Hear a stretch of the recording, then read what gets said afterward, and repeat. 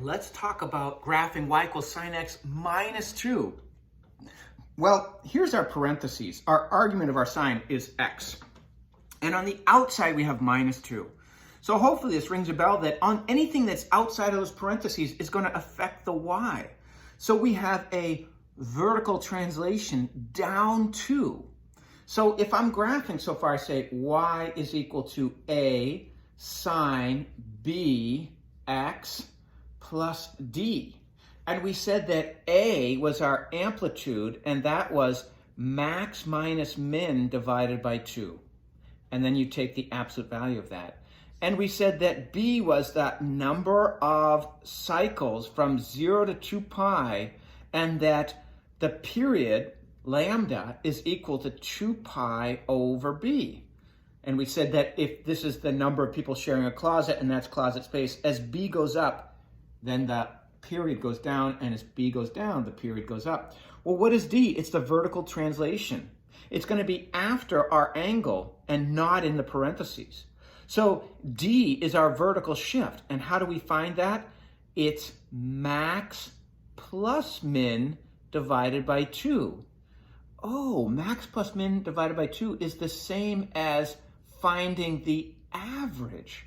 So I know it's hard to remember max plus min divided by 2 and max minus min divided by 2, but think what you want to find here. You want to find the center line of your function, that 0 line. It's going to move up and down. So how do you do that? You take the average of the highest peak and the lowest value.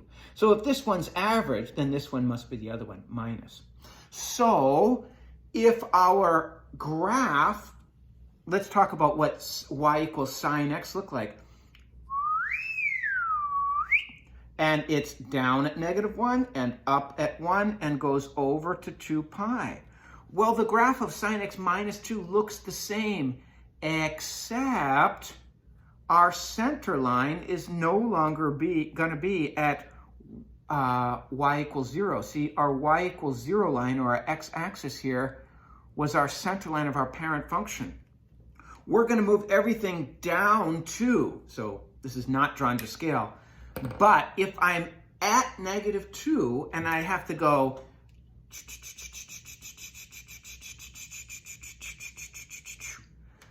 I have to go 0, max, 0, min, 0. Now, I'm saying 0, but I'm really meaning the midline.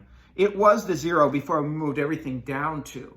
So if our amplitude here is 1, then we're going to be going up to -1, and would you guess it? Down to -3.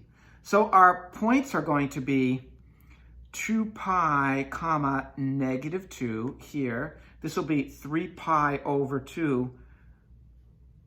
And here we have pi comma -2.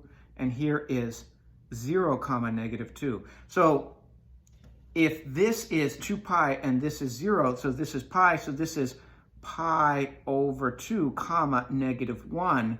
And this is 3 pi over 2 comma -3. So it's very much like my parent function, but I've just moved everything down 2. The range of my parent function up here was -1 to 1 inclusive. So we start at -1 and go to 1, lowest y to highest y. Here, my range is from -3 all the way up to -1. It's the same function, just moved down. Sorry, I had to scrunch this to get it in, but it should be the same exact shape, but moved down 2. Here we're asked to graph y equals 3 sine x plus 1. I recognize the amplitude is 3.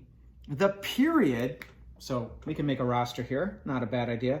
Amplitude is 3. Because it's positive, I know it's going to be 0 max, 0 min, 0. That's that positive sign outside. Our period is 2 pi over b, but our b is 1, so it's 2 pi, and we have a vertical shift up 1.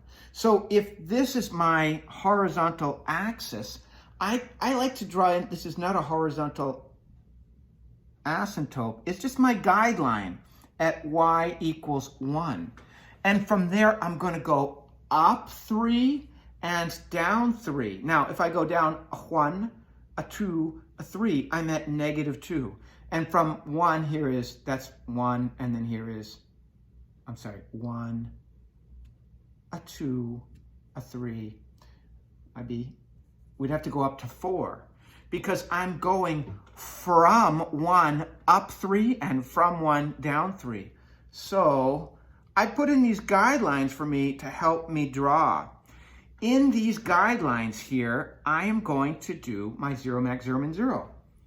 I'm starting here and I'm going 0, max, 0, min, 0. And what's the advantage of doing it this way?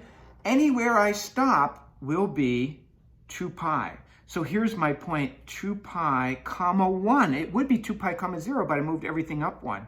So here is my point 0, comma 1. It would be 0, 0, but I moved it up. So the trick now is to get these other 3 points. So halfway is pi, comma, well, we're up 1 here. And halfway between pi and 0 is pi over 2, comma 4. Why is that? Because our amplitude is 3. Our amplitude here is 3 as well. And this is going to be halfway between pi and 2 pi is 3 pi over 2, comma, negative 2. Notice what our domain is negative infinity to infinity, even though we just showed one cycle. This goes on and on and on forever. Our range, well, we have to look, our smallest y is here, negative 2, all the way up to 4. Now, we can include those. I told you that this a is max minus min divided by 2. So a will be, and then we take the absolute value of that, max 4 minus min negative 2 divided by 2. You can see that I'll get 6 divided by 2 or 3. Of course we got 3, and we knew that was 3, but it matches up with what we're saying. The math does. Let's graph negative 2 sine x minus 2. Make a roster. Our amplitude is 2. That's how far we're going from our center line.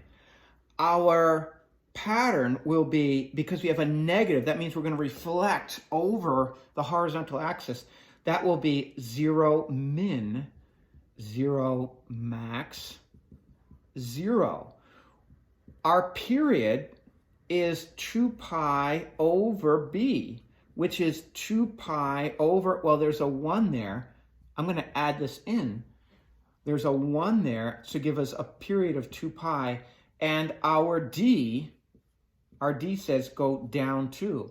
So if this is our horizontal x-axis, I'm going to go down 1, 2, and our midline is going to be here at y equals negative 2, negative 3, negative 4. Here's negative 4, and here is 0. Now, I know my amplitude. I'm going to draw this guideline in here because I know that from this midline, I can go down 2 and up 2. That's my A value. And I know my pattern is 0 min, 0 max, 0. So I'm just going to draw any old 0 min, 0 max, 0. And I suggest you do it this way. Do it without the guidelines so that you can put them in yourself.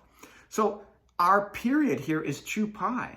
So this is our point, 2 pi, comma, well, this is negative 1, negative 2, negative 3. 2 pi, comma, negative 2 is that point. If that's 2 pi, then this is pi, negative 2. And this one here will be 0, negative 2. Why negative 2? Because we moved everything down 2. That was our D as in dog. So halfway between 0 and pi is an x value of pi over 2, and we're down at negative 4. And halfway between pi and 2 pi is 3 pi over 2, comma, 0. Notice our domain here is negative infinity to infinity. I do these curvy brackets because it means you can't include the negative infinity and you can't include the infinity. Those are concepts. They're not real numbers anyway. We could never reach them, but our range can be reached. So I use my blocky brackets there to show you this is inclusive of negative 4 all the way up to 0 and include the 0 as well.